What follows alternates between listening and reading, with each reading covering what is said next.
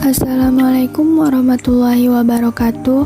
Pada kesempatan kali ini, kami akan membahas mengenai praktikum yang telah kami lakukan sebelumnya tentang koloid gel berupa agar-agar dengan beranggotakan Anissa Miranda, Dadis Putri Aprilianti, Indah Permatasari, Hanisa Rahman, Julaika, Kisti Intan Lestari Afandi, Putri Mahfiro Naura dari kelas 11 MIPA 4. Berikut adalah pembahasannya.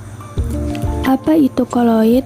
Sistem koloid merupakan campuran antara dua zat yang memiliki perbedaan fase dengan partikel terdispersinya atau terlarut tersebar merata di dalam fase pendispersi atau pelarut. Berikut adalah alat dan bahan yang kami gunakan pada proses pembuatan koloid gel berupa agar-agar. Pertama adalah susu cair, kemudian bubuk coklat, selanjutnya krim kental manis, gula, Milo bubuk, air, agar-agar plain, dan juga loyang. Berikut adalah proses pembuatannya. Pertama, kita akan membuat bahan untuk motif agar-agar terlebih dahulu. Pertama, masukkan 1 saset krim kental manis. Selanjutnya, masukkan setengah bubuk agar-agar plain. Kemudian, masukkan 2 sendok makan bubuk coklat. Berikutnya, masukkan 100 ml air. Setelah itu, aduk bahan-bahan sampai merata dan masak dengan api sedang. Setelah bahan motif matang, letakkan bahan tersebut pada loyang yang telah disediakan. Kemudian, kita akan membuat bahan untuk agar-agarnya. Pertama, masukkan 7 sendok makan gula. Kemudian, masukkan 1,5 saset agar-agar plain. Selanjutnya, masukkan 5 saset Milo bubuk. Berikutnya, masukkan 1 liter susu cair. Setelah itu, aduk bahan secara merata dan masak dengan api sedang sambil terus diaduk. Kemudian, tuang bahan yang telah matang tersebut ke loyang yang sudah diberi motif tadi dan tunggu hingga mengeras. Dari praktikum yang telah kita lakukan, kita dapat mengetahui bagaimana proses pembentukan koloid pada agar-agar.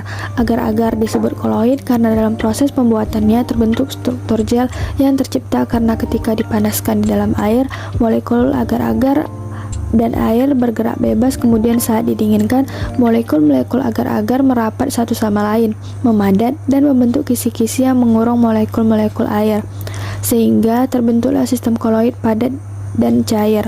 Pada sistem koloid ini, yang menjadi fase terdispersinya adalah air dan menjadi fase pendispersinya adalah molekul agar-agar. Agar-agar memiliki sifat koloid liofil, yang artinya agar-agar dalam fase cair terabsorpsi oleh fase padatnya, hingga seolah-olah bentuk agar-agar adalah padat. Kemudian kita juga dapat mengetahui jenis koloid pada agar-agar.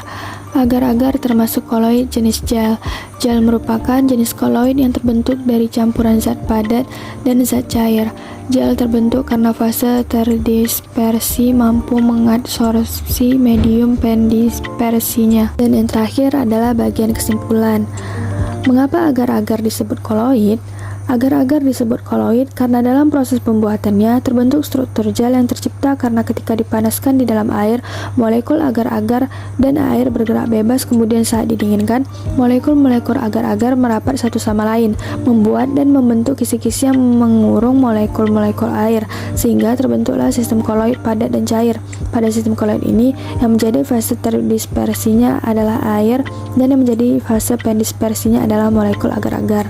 Demikianlah pembahasan kami mengenai praktikum yang telah kami lakukan tentang koloid gel berupa agar-agar. Semoga apa yang kami sampaikan bisa membawakan manfaat untuk semuanya. Saya akhiri dengan Assalamualaikum warahmatullahi wabarakatuh.